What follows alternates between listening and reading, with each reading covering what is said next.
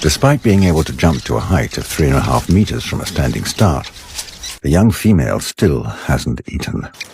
The lone caracal looks for the entrance to this hive of activity. But the wily weaver birds have been careful to create openings to nest below. The caracal investigates to see if this straw house has an opening at the top, maybe a chimney or a vent.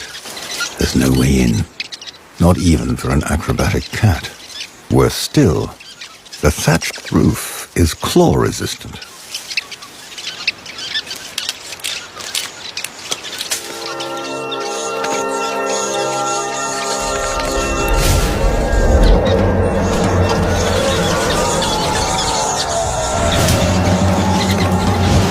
Missed again.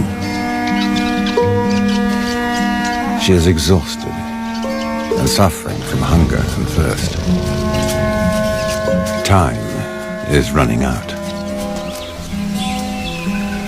The young female is forced further into exile, far from these inaccessible creatures.